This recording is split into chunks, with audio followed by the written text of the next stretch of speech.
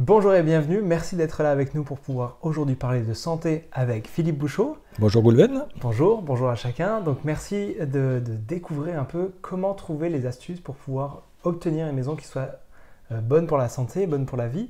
Mais au-delà de ça, c'est aussi dépasser un peu le cadre réglementaire qui nous concerne tous. On doit tous respecter un certain cadre. Mais parfois, le cadre réglementaire, il n'inclut pas toujours tous les éléments. Et c'est ça qu'on va pouvoir voir avec toi, Philippe. Donc Philippe, déjà, on nomme ton métier avec le terme la géobiologie. Est-ce que tu pourrais nous en parler avec tes mots à toi? D'accord. Donc, le terme géobiologie veut dire l'étude de l'impact de l'environnement sur les êtres vivants. Donc, c'est assez large, puisque nous, dans notre cas, on va parler de l'étude de l'impact de la maison sur les habitants, mais ça peut être dans un élevage, ça peut être l'étude du bâtiment sur les vaches. Ça peut être en viticulture, l'étude donc de l'environnement sur la production de raisins. Donc on voit que tout ce qui est vivant peut être altéré par son environnement. Donc mon travail, c'est d'essayer justement d'étudier l'environnement et de voir quel peut être l'impact sur les personnes, sur les habitants. Hein. C'est vraiment la notion de santé de l'habitant. D'accord, donc on ramène ça bien à l'habitat en fait. Absolument. Les habitants, l'habitat. Absolument. Et qu'est-ce qui est le plus important à prendre en compte quand on fait appel à un géobiologue? Oui, c'est-à-dire que le problème, c'est le choix du géobiologue, puisqu'il y a tellement, j'ai toujours coutume à dire qu'il y a autant de géobiologie que de géobiologues. Okay. Hein, parce que on peut très bien aller simplement sur de l'étude de sites sacrés, hein, ce qui est à l'origine la géobiologie. Et par contre, on a évolué maintenant sur l'habitat avec toute la notion de matériaux sains, de qualité d'air intérieur, d'électromagnétisme. Et c'est vrai que l'habitat a tellement évolué qu'aujourd'hui, on est obligé quand même d'intégrer tous ces nouveaux facteurs dans l'étude du lieu. Mais un géobiologue peut très bien ne travailler que sur l'extérieur, que sur les énergies de l'extérieur. Et c'est à vous de bien vous renseigner sur le géobiologue pour savoir est-ce que c'est vraiment quelqu'un qui est spécialisé dans les habitats, hein, donc dans la qualité de l'habitat, ou est-ce que plus généralement il va travailler à l'extérieur sur les énergies. Et là, c'est deux domaines différents. Tu pourrais préciser quand tu dis énergie, je pense les gens quand on parle d'énergie, ils pensent la facture d'électricité un peu. D'accord. Donc être un peu plus précis. Oui, là on parle d'énergie naturelle, hein, donc on parle des énergies cosmotelluriques, c'est-à-dire les énergies qui viennent du ciel et celles qui montent du sol. Donc d'ailleurs la définition d'un bon habitat biotique, hein, puisque c'est biotique voulant dire favorable au développement de la vie, un habitat doit non seulement ne pas avoir de perturbations chimiques, électromagnétiques, mais aussi doit être perméable aux énergies naturelles. Et c'est un petit peu le problème des maisons d'aujourd'hui, c'est qu'on en fait des cages de Faraday, et que malheureusement, bien souvent, trop souvent en tout cas, l'habitat ne laisse plus pénétrer les énergies naturelles. Et l'énergie naturelle est vraiment un besoin vital pour l'homme, hein, puisque c'est notre carburant. Hein, donc on va éviter d'avoir des perturbations, encore une fois, chimiques ou électromagnétiques, et on va quand même avoir une maison qui respire ou qui perspire, donc qui laisse passer aussi bien les énergies naturelles que la vapeur d'eau aussi. Donc que la maison soit en contact avec l'extérieur. Et pour les gens qui sont un peu plus à la recherche, on va dire, du rationnel, est-ce qu'on pourrait encore ajouter une petite coche en plus pour qu'ils puissent se dire « Ok, oui, non, c'est évident ». Oui, c'est-à-dire qu'aujourd'hui, de plus en plus, on est dans le rationnel, puisque c'est vrai qu'au départ, il y avait une petite connotation ésotérique de la géobiologie, puisque on travaille aussi sur les énergies du lieu. Donc sur le vécu du lieu aussi, ce qui peut se passer de façon un peu ésotérique dans une maison. Mais cette partie est devenue la partie un peu congrue de la géobiologie des habitats, puisque maintenant les vrais problèmes dans l'habitat sont quand même les pollutions électromagnétiques, la qualité de l'air intérieur, tout ce qui peut être aussi perturbant du sous-sol aussi. Hein. Donc étant donné que tous ces facteurs, on peut maintenant les mesurer avec des appareils technologiques, personnellement, moi je travaille à peu près avec 70% d'appareils technologiques, et il reste quand même la partie plus biosensible, hein, pour ces énergies qui n'ont pas encore d'appareils pour les mesurer. Ok, donc là on est assez large. Maintenant, pour rentrer dans du concret, c'est quoi les problématiques majeures que tu rencontres et qui sont peut-être les problématiques que les personnes rencontrent aussi en nous regardant? Alors je dirais que bien sûr aujourd'hui c'est tout ce qui est électromagnétique qui représente pratiquement Qu'est-ce que veut dire électromagnétique? Ah oui, donc ça c'est aussi bien les perturbations du 50 Hz, donc de courant domestique. Donc ça va être soit l'installation dans les murs, soit tous les appareils que vous allez introduire chez vous, hein, qui sont donc proches de vous, parce que c'est toujours la notion de distance, hein, qui est importante. On peut avoir des rayonnements, bon, on va essayer de les minimiser, mais il faut surtout que les gens puissent se tenir en dehors de ces rayonnements, hein. Par exemple, si on est couché contre une cloison qui est irradiante, elle va simplement irradier sur 10-20 cm, hein, pas plus. Mais si vous êtes couché contre cette cloison, vous allez capter toute la nuit le courant, pendant toute la nuit, et vous allez, et comme vous n'avez pas les pieds sur terre, en plus vous ne faites pas terre, hein, donc vous n'arrivez même pas à évacuer le courant. De la même façon, pour prendre toujours un petit exemple qui est marquant, c'est la petite lampe de chevet qui est à côté de votre tête. Vous avez une chance sur deux de bien la brancher. C'est-à-dire que des fois... la prise dans un sens ou dans l'autre. Voilà, c'est ça. Okay. Et donc, c'est comme le courant peut être arrêté ou non au niveau de la poire, ou de l'olive, hein, pour certains, on peut se trouver on peut se trouver soit directement en contact avec le courant, soit au contraire, on peut être préservé du courant. Et ce qui fait que dans un lit, bien souvent, l'homme va très bien dormir parce qu'il va avoir eu la chance de mettre la prise dans le bon sens. Et par contre, l'autre personne qui aura malheureusement eu la mauvaise probabilité d'1 sur 2 de se brancher à l'envers, va prendre du courant pendant toute la nuit. Alors évidemment, il faut en considérer entre 3 et 7 ans pour être vraiment atteint, hein, ce qui fait, c'est quand même assez long, hein, le corps a quand même une certaine résistance. C'est pour ça qu'on sent rien. Exactement. Ok, donc ça, on sent rien maintenant, mais en fait, il y a des effets... Un travail de sape. Vous savez, là on parle du 50 Hz, hein, mais après on parle aussi dans les maisons donc de toute l'installation donc de votre box, de vos téléphones portables, de vos téléphones sans fil, le Wi-Fi, tout ça. Même si on n'est pas un grand scientifique, hein, parce que je vais vous apporter beaucoup d'études qui vont démontrer que c'est pas très bon pour la santé, mais il y a beaucoup d'autres études qui sont peut-être financées par des personnes un peu moins objectives, qui vont nous amener des théories contraires. Mais quand même, si on réfléchit un petit peu, les hyperfréquences ou le Wi-Fi, c'est une agitation de votre molécule d'eau de 2,450 milliards de fois par seconde. C'est-à-dire que quand vous avez votre téléphone qui est collé à l'oreille, vous envoyez un courant alternatif qui va faire osciller votre molécule d'eau qu'il y a dans le cerveau, hein, qui représente plus de 90% d'eau, 2,450 milliards de fois par seconde. Il faut quand même même sans être scientifique, on peut quand même se dire ça doit pas être très très bon. C'est comme un micro-ondes en fait. C'est de micro-ondes, c'est exactement la même fréquence. Et c'est vrai qu'en plus, comme le cerveau envoie tous des petits signaux électriques pour commander vos muscles, pour commander vos organes, il faut quand même se dire que c'est des petits courants très faibles, hein, et que vous allez envoyer un courant qui est quand même très fort, et qui en plus va osciller 2,450 milliards de fois par seconde. Donc on peut quand même considérer que les transmissions entre le cerveau et les muscles, notamment, je pense que dans pas mal de maladies musculaires, il y a quand même le facteur aggravant qu'est l'électromagnétisme, hein. Donc voilà, même sans être vraiment scientifique, on peut quand même considérer que c'est pas très bon d'envoyer un tel courant. Et comme c'est toujours très simple, hein, comme le téléphone, il suffit d'être à 1 mètre du téléphone, donc pour échapper au courant, hein, parce que en gros, si vous voulez, c'est toujours une question de distance, hein. Les produits qui sont assez rayonnants, c'est 1 mètre, 1 mètre 50, et les produits, les petites lampes de chevet, c'est 20-30 cm. Même si on ne croit pas à 100% à cette théorie, on peut quand même prendre la précaution de se tenir à 30 cm de la lampe de chevet, ou d'inverser la prise dans le bon sens, hein, pour trouver le non-rayonnement sur la personne. Et donc c'est quand même des choses qui sont tellement simples à mettre en œuvre que même si on n'y croit pas, je pense que par principe de précaution, hein, sans entrer dans les extrêmes, hein, parce que c'est vrai que des fois je vais chez des gens qui sont tellement dans l'extrême qu'ils ont même plus de courant électrique, ils se lèvent la nuit en tâtonnant parce qu'il n'y a plus rien. Et non, on a quand même beaucoup de moyens aujourd'hui techniques pour bloquer les rayonnements. Donc c'est quand même dommage de revenir au Moyen-Âge. Donc ma démarche n'est pas du tout de revenir au Moyen-Âge, c'est au contraire de faire attention, prendre en compte les rayonnements et se tenir en dehors des rayonnements. Puis je crois qu'on n'a pas de rayonnement aussi en 12 volts.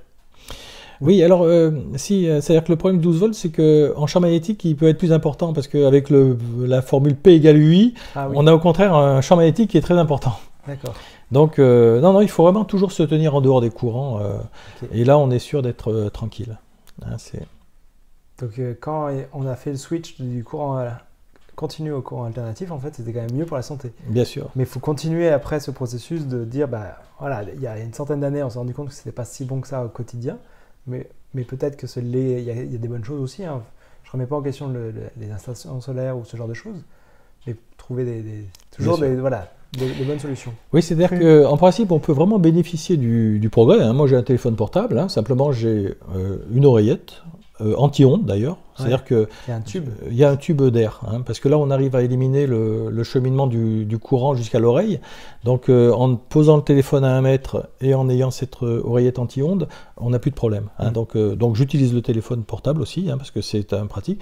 Chez moi, j'ai aussi de l'électricité, hein, donc c'est pratique. Mais par contre, au départ, on a quand même travaillé sur la prise de terre, on a travaillé sur l'installation du réseau électrique, et puis après, on a mesuré les rayonnements des appareils, et ce qui fait que je suis en dehors de tout courant. Hein, donc on peut bénéficier du progrès sans en subir les inconvénients. Alors, comment ça se passe? Parce qu'on pourrait avoir une autre partie un peu de l'interview où on se déplacerait un peu chez toi. Où là, qu'est-ce qui se passe quand toi tu arrives dans un lieu? C'est quoi un peu la première chose que tu réalises avec les gens? Le protocole déjà, c'est de couper le courant. Donc déjà faire la différence entre ce qui vient de l'extérieur et ce qui est généré par l'intérieur. Et donc c'est vrai que, parce que bien souvent les gens ont peur de ce qu'ils voient à l'extérieur, ils voient une ligne haute tension à 500 mètres et ils en ont peur. Et souvent ils m'appellent dans ce cas-là. En réalité, ce qui est lointain n'est pas très souvent dangereux. Par contre, la petite lampe de chevet qui est mal branchée, mais qui est proche, est beaucoup plus dangereuse que cette ligne haute tension. Parce qu'on est dans le champ. On est dans le champ. Alors c'est vrai que par contre, si vous habitez sous la ligne haute tension, là c'est des valeurs qui sont tellement importantes que là, oui, là c'est quand même plus compliqué. Mais autrement, non. Sachez quand même que c'est vraiment la notion de distance qui est importante. Et il faut plus se méfier du téléphone portable collé à l'oreille que de l'antenne téléphonique qui se trouve à 2 km, hein, ou même à 500 mètres. Donc c'est vraiment, moi je me suis toujours battu pour le micro-environnement. Hein, c'est vraiment ma démarche. C'est-à-dire que je pense que c'est toujours très compliqué de changer les lois.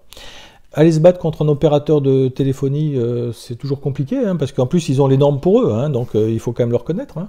Donc par contre, on peut, si on n'est pas d'accord avec les normes qui sont appliquées en France, eh ben, on protège notre micro-environnement, c'est-à-dire qu'on fait une mesure pour d'abord vérifier si le courant va rentrer à l'intérieur, et s'il rentre à l'intérieur, il y a des moyens pour bloquer ces rayonnements, hein, des peintures électroconductrices. Donc mon idée quand même, c'est que je laisse bien sûr faire les associations, hein, parce que ils ont aussi leur rôle. Par contre, c'est toujours à très long terme, et pendant ce temps-là, les gens sont irradiés. Je pense qu'on est très efficace dans son micro-environnement, on peut tout maîtriser chez soi. Donc, il faut simplement faire d'abord un diagnostic pour savoir est-ce que vraiment notre environnement est nocif, et s'il est, ou si on pense qu'il est, hein, parce qu'encore une fois, les normes, on peut toujours discuter. Hein, mais si on est convaincu que c'est peut-être plus prudent de se mettre en dehors de ces perturbations, les moyens sont très simples, hein, c'est vraiment très simple. Génial. Alors, dans la géobiologie, parfois, on parle de géobiologie sacrée, de feng shui. Il y a l'air d'avoir plusieurs types de géobiologie. Est-ce que tu pourrais comme décrire ce que toi tu pratiques? Oui, donc moi je pratique vraiment une géobiologie appliquée à l'habitat. Hein, donc je suis vraiment spécialisé là-dedans.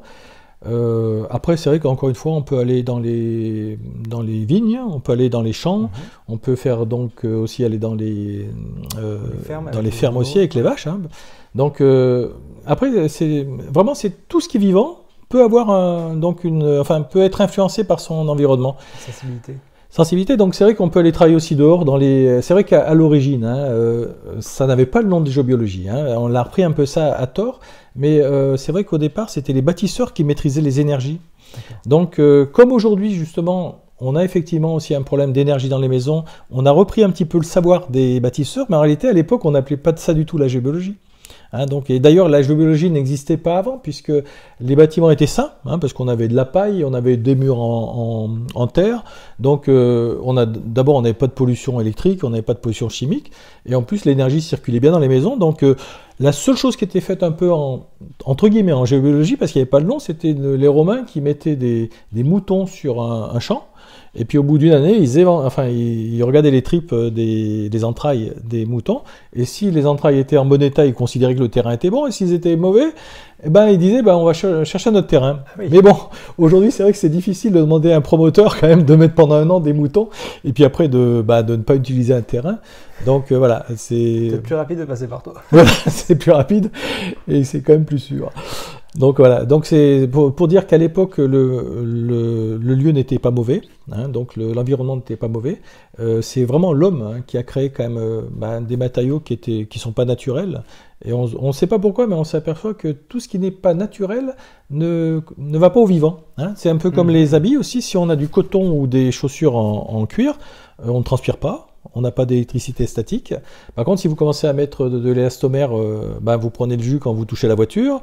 Quand vous avez de l'acrylique, vous transpirez à l'intérieur. Là, à la maison, c'est pareil. On s'aperçoit que les matériaux biosourcés laissent passer donc, les énergies naturelles, laissent passer la vapeur d'eau, la transpiration. Et par contre, si vous prenez du polystyrène, si vous prenez des papiers craft qu'on met sur les pare-vapeurs, là, c'est vrai qu'ici, on a quand même toujours du mal à passer, et alors que les bâtiments anciens, eux, laissaient perspirer la maison. Donc, perspirer. Comme nous, on transpire, le bâtiment, lui aussi, il transpire d'une certaine façon. De la même façon, je prends toujours l'exemple aussi, si par exemple, on vous peignait tout le corps avec une peinture étanche, et on vous demandait de respirer que par la bouche, parce que c'est ça, si on vous bouche tous les pores, là maintenant, avec les maisons nouvelles, on a tendance à confier toute la respiration de la maison à la ventilation, donc on fait des super ventilations mécaniques double flux, et par contre, la maison ne respire plus par les murs. Et c'est pour ça ce qu'on va quand même rechercher dans une maison biotique, c'est une maison quand même qui puisse perspirer, naturellement, par tous les pores de la maison. Et par contre, après, on peut n'avoir qu'une petite ventilation qui sera plus facile à entretenir, qui sera moins chère. Alors que, quand je prends cet exemple de peinture sur le corps, c'est exactement ça, quoi. Vous conférez toute la respiration de l'être humain à la bouche. Donc après, il allaite, et puis il faut quand même arriver à tout enlever quand même ces pollutions du corps. Et dans la maison, c'est pareil. On a quand même plus de mal à enlever une pollution ou de la vapeur d'eau que par un endroit, plutôt que de laisser la maison respirer naturellement. Écoute, j'aurais encore tellement de questions à te poser, mais je pense qu'on pourrait aller beaucoup plus loin que ça. Et si vous souhaitez en savoir un peu plus, quelle serait la bonne façon de prendre contact avec toi? Et est-ce que peut-être tu pourrais nous parler aussi des livres que tu as? Oui, c'est-à-dire que j'ai fait 2 livres. J'ai fait le premier livre qui est sur la géobiologie moderne, donc sur les habitats anciens. Donc là, c'est vrai qu'on est très bon en diagnostic maintenant, parce qu'on a pas mal d'outils technologiques. Par contre, en correction, c'est pas toujours formidable, parce que on va pas rechanger le positionnement de la maison, on va pas remettre des matériaux sains, et on va pas tout casser la maison. Donc, c'est la partie ancienne de la géobiologie. De plus en plus, je travaille sur la construction biotique. Donc, c'est la géobiologie appliquée aux habitats nouveaux, mais qui est une géobiologie un peu élargie, parce qu'on va intégrer de l'éco-construction, on va intégrer de la qualité de l'air intérieur. Donc là, on a vraiment un travail qui est efficace à 100%. Pas 100%, parce qu'il faut avoir des moyens démesurés, il faudrait pouvoir acheter des terrains qui fassent des hectares bien positionnés, avoir beaucoup d'argent pour tout faire bien dans une maison, mais la fameuse loi de Pareto, des 20-80, en mettant en œuvre 20% des solutions, on arrive quand même à régler 80% des problèmes. Et là, sur du neuf, on peut vraiment arriver à des maisons qui sont à 80-90% bien. Sachant qu'au départ, on fait quand même une analyse du terrain, parce que la même maison, parce que ça, c'est aussi un problème, les gens font des belles maisons qui sont saines, et puis ils vont les installer n'importe où sur un terrain.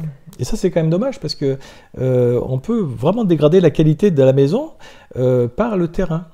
Donc, idéalement, c'est de faire une étude de terrain avant achat. Donc, l'idée, c'est de faire avant achat. Quand on a déterminé qu'on peut acheter ce terrain, à ce moment-là, on voit si sur le terrain, on doit le positionner à tel ou tel endroit. En fonction aussi, éventuellement, des fois, les gens n'ont pas tellement d'argent, donc on a une ligne à 20 000 volts, les fameuses lignes qui sont à 3 fils, qui paraissent très innocentes, mais qui rayonnent sur 12 mètres de chaque côté. Donc, quand un client a trouvé un terrain qui lui convient, mais que, il y a cette ligne qui est en bordure de terrain, on va mettre la maison en dehors de ce rayonnement. Dernièrement, par exemple, il a fallu trouver la juste mesure entre s'éloigner de la ligne et ne pas aller trop loin, parce que comme il y avait une colline qui faisait le masque solaire en face, si on s'approchait un peu trop, on n'avait plus le soleil en hiver. Donc, vous voyez, en étudiant le terrain, on arrive à trouver le bon positionnement en fonction des masques solaires, en fonction des problèmes qu'il peut y avoir dans le sous-sol aussi. Et donc, ça, c'est pour ça que c'est un petit peu tard de faire appel à un géobiologue quand vous avez déjà construit, parce que la maison ne peut plus la déplacer de quelques mètres, alors que ça aurait été bien plus simple de le faire. Si on a par exemple un lobe d'antenne relais qui arrive sur le terrain, si on a déterminé quel est le passage de cette fréquence, on va déplacer la maison, alors qu'après on va être obligé de peindre la maison avec une peinture électroconductrice. Et là, cette peinture, elle va quand même aussi arrêter les énergies naturelles. Donc après on choisit entre 2 mots, donc c'est vrai que c'est quand même mieux d'avoir un peu une cage de Faraday, mais surtout pas cette fréquence qui est très puissante. Mais si on avait réfléchi avant, on aurait positionné la maison en dehors du terrain, et ça coûte 0. C'est pour ça que bien souvent on dit que mon intervention peut coûter cher, mais non. Souvent c'est que déplacer, c'est que se mettre, tourner un peu la maison. C'est des conseils, quoi. C'est des conseils et c'est gratuit. Hein. C'est après que ça commence à coûter cher, c'est quand on commence à remédier. Dans la région, on a un problème de radon. Au départ, si on met un film par radon... Le radon, c'est un gaz qui est radioactif qui s'émane progressivement, lentement à partir du sol. Et donc, il n'est pas dangereux en soi tant qu'il circule. Voilà, c'est ça. Parce qu'on peut avoir 10 000 becquerels par mètre cube dans le sol, à 2 mètres, mais par contre, dès que ça sort à l'air libre, on va tomber à 15-30 becquerels. Par contre, si ça rentre dans la maison et que la maison est mal ventilée, ça s'accumule et là, ça commence à être dangereux. Et c'est vrai que mettre un film par radon, si c'est nécessaire, ça va coûter 2-3 euros le mètre carré. Donc sur une maison de 100 mètres carrés, c'est 300 euros. Par contre, après, quand on détecte qu'il y a un problème, si on n'arrive pas à évacuer ce radon, après on est obligé de mettre des pompes sous la maison, évacuer avec ça, et on n'est même pas sûr du résultat, ça coûte une fortune. Donc c'est pour ça que la prévention est toujours quand même meilleure, et souvent ne coûte pratiquement pas cher, enfin pratiquement rien, alors que quand on commence à remédier, les remédiations sont toujours très chères, et très compliquées, et le résultat n'est pas forcément parfait. D'accord, donc avoir un bon conseil dès le début, ça coûte beaucoup moins cher par la suite. Exactement. Voilà. Et ça, pour ça, moi je vous inviterai à en savoir vraiment beaucoup plus avec Philippe Bouchot durant la formation qui est proposée par Solutions ERA. Et donc ça, vous pouvez le voir si vous faites partie de la formation, vous allez pouvoir déjà le découvrir en webinaire, puis après par la suite en classe pour ceux qui vont venir en classe. Et sinon, si vous êtes intéressé d'en savoir plus, vous pouvez très bien aller voir le site de Solutions ERA, aller chercher en formation en France, puis vous allez pouvoir découvrir le programme en détail et donc pouvoir retrouver Philippe. Philippe, merci grandement pour tout ça. Merci à toi. J'affiche aussi les livres que tu as pu écrire. Et puis comme ça, si vous voulez aller plus loin, n'hésitez pas à prendre contact directement avec lui. C'est quoi ton site internet ou ton... C'est géobiologie-pb.com, pb comme Philippe Bouchot. Géobiologie-pb.com. Eh bien Philippe, c'était un grand plaisir. Merci à toi. Merci à chacun d'entre vous d'avoir regardé cette vidéo. Puis si vous désirez en savoir plus, je vous invite à prendre contact directement soit avec moi, soit avec nos partenaires.